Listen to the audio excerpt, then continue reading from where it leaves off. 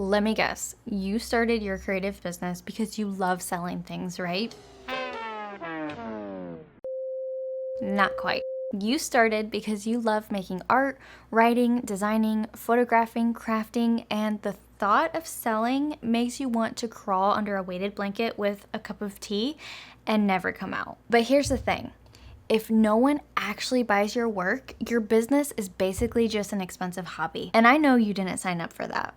So today we're talking about how to sell your work without feeling sleazy, awkward, or like you're auditioning for a used car commercial, even if you're introverted. Here's the part we all have to face. When you run a creative business, you're not just the artist. You're also the marketing department, the customer service representative, and yes, the sales team. But before you click away thinking, nope, I'm not cut out for that, hear me out. Selling doesn't have to be gross. It's not about tricking someone into buying something that they don't want. It's about showing the right people that you have exactly what they've been looking for. The truth is, every successful creative that you admire is selling all the time. They're just doing it in ways that feel authentic to them. The reason it feels hard for us as introverts is because we imagine sales as this high pressure pitch where we have to transform into an extrovert overnight. But in reality, the best sales come from genuine connection. So when you're selling as a creative, you're not asking for money, you're offering value. You're saying, here's something I made to make your life easier, more beautiful, and more meaningful. That's not pushy. That's generosity with a price tag. Okay, so we've agreed that selling isn't evil, right? Now let's talk about the part that changes everything. Your mindset. Stop thinking of sales as convincing. Convincing means you're trying to talk someone into something that they don't actually want or maybe don't even need. That's exhausting, and that's why sales has such a bad reputation. Instead, think of sales as an invitation.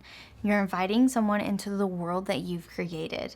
You're saying, I made this with you in mind, and if it speaks to you, here's how you can have it. The second shift is sales isn't about talking more, it's about listening better.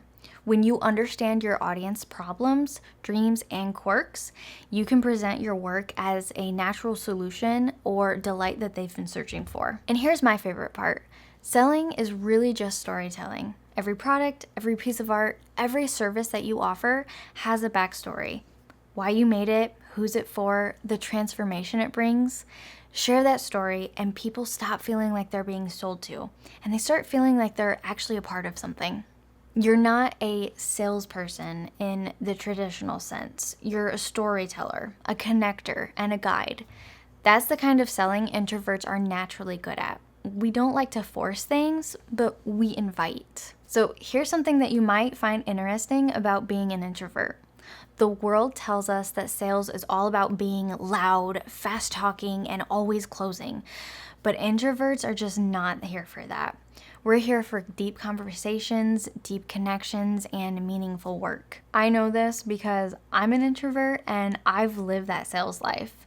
Before I started my online business, I had a 9-to-5 sales job, and let me tell you, I had no idea what was actually involved with sales until I sat down at that desk. I had to make cold calls, set appointments, follow up, meet people in person, and even ask for referrals. And I hate to admit this, but I actually hated that job. Well, at first. I did learn a lot from it, but it was brutal. When I first started, I dreaded every phone call. Every meeting felt like an uphill climb. But then I ended up having this realization that people are more drawn to your listening to them and their problems and what solution that you can give them rather than a sales pitch or trying to meet a quota. So basically everything that we just talked about with the mindset shift, that's what turned sales from painful to purposeful to me.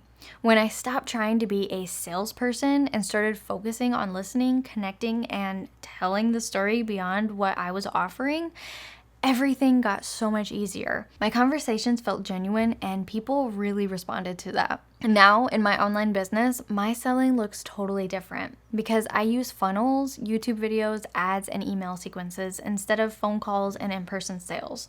But the principles are still the same. Listen first, connect through story, invite, don't push, and here's the best part. Introverts have a natural edge here because we're observant, we pick up on all the little details, and we build trust over time instead of trying to close in on one conversation. That's why when you play to your strengths, selling stops feeling like a performance and it starts feeling like a service.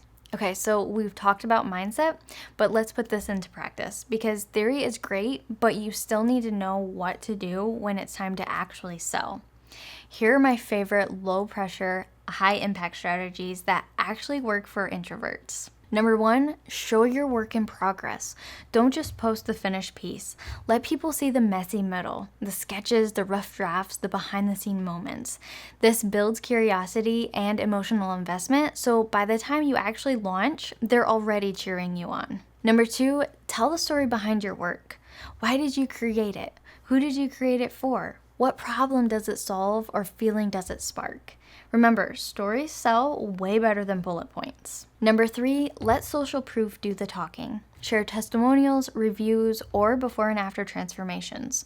When someone else says, "This changed my life," that is way more powerful than you saying it. Number 4, use soft call to actions. Skip the hard push. Instead of buy now or else, try this.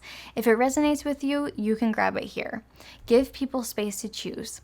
It does build trust. And number 5, automate where you can. Funnels, email sequences, and even pre-scheduled social posts mean that your salesperson is working in the background while you're busy creating. That way you're not waking up every morning thinking, ugh, I gotta sell again. The key here is to build a sales system that feels like you. If you hate dancing on TikTok, then don't do it. If you love long-form tutorials, lean into that. When you show up in a way that matches your personality, selling stops feeling like pretending and it starts actually feeling like sharing. Okay, so even with all of these strategies, selling can still feel like a lot, especially when you're doing it every single day. That's why the final piece is protecting your energy. Here's how to sell without burning yourself out. Batch your marketing and sales content. Dedicate a day or 2 each month to creating your sales emails, your posts, your videos, all in one go. That way, you're not constantly in a sales mode. You're just in publish mode. Let automation work for you. Your funnel, email sequences, and even YouTube videos can sell for you 24/7 without you having to manually show up every single time. This is how I transitioned from my old 9-to-5 sales job into a business that runs while I sleep. Choose platforms that you actually enjoy. If you hate a platform, your audience will feel that energy. Pick the space where you can show up consistently without dreading it. Remember, it's a marathon, not a sprint. You don't have to go viral tomorrow. Focus on building relationships and trust over time, and the sales will follow. Selling isn't about being everywhere at once. It's about showing up in the right place in a way that is sustainable for you. So here's the takeaway. Selling as a creative isn't about becoming someone that you're not. It's about leaning into who you already are, telling your story, and inviting people into the world that you've built. If you've been hiding your work because you're afraid of being salesy, I want you to remember this. The world can't support it if they can't see it. Your job isn't to push, your job is to share. And if you want more tips on building a business that actually supports your creative life, hit that subscribe button. And if you're ready to take that next step, check out my course, The Passive Income Playbook, because you deserve to make a living from your creativity without burning out.